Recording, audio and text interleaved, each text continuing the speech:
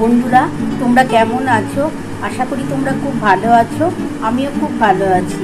আজকে তোমাদের কাতলা মাছের কালিয়া করে দেখাবো, আর এটা ঝাল ঝাল করে করবো। তোমরা দেখতে থাকো কাতলা মাছের কালিয়া করতে কী কী লাগছে। আমার কাতলা মাছ নিয়ে নিয়েছি, দেখো এই যে বন্ধুরা, আমি কাতলা মাছ নিয়ে নিয়েছি। তাতে মশলা থাকবে টমেটো, পেঁয়াজ, ধনে পাতা, রসুন, আদা। এটাই আমি আজকে পুরোটা বাটবো, ধনে পাতাও বেটে দেবো। আর কাশ্মীরি লঙ্কা গুঁড়ো আর ঝাল লঙ্কার গুঁড়ো, নুন, হলুদ, মিষ্টি যেটা লাগে সেটা তোমরা দেখতেই পাবে কীভাবে করছি। চলো বন্ধুরা, মশলাটা বেটে নিই।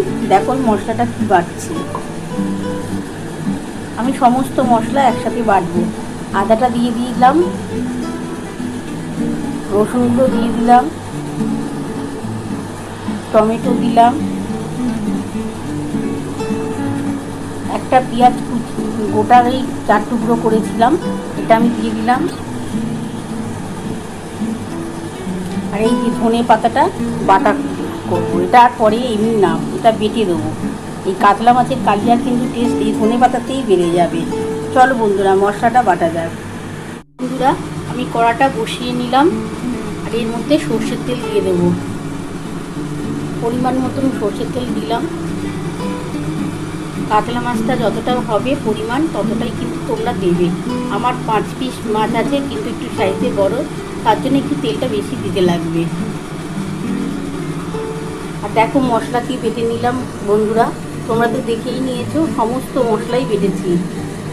কী কী মশলা? আদা, রসুন, টমেটো, ধনে পাতা, পেঁয়াজ, সব কিছু একসাথে বেটে দিয়েছি। এটা কিন্তু বেটেই করব। আর এই কালিয়াটা কিন্তু ধনে পাতা বেটেছি, দেখবে এত টেস্ট লাগবে তোমরা খাবার বাইরে। বন্ধুরা, তোমরা দেখে নিয়েছো আমি মশলা কী কী বেটেছি। আদা, রসুন, পেঁয়াজ, টমেটো, ধনে পাতা।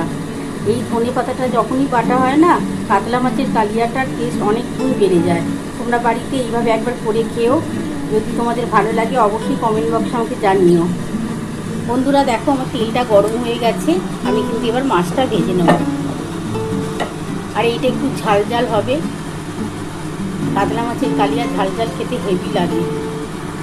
বন্ধুরা, আমার কিন্তু তেলটা গরম হয়ে গেছে, দেখো এবার আমি মাছটা ভেজে নিচ্ছি।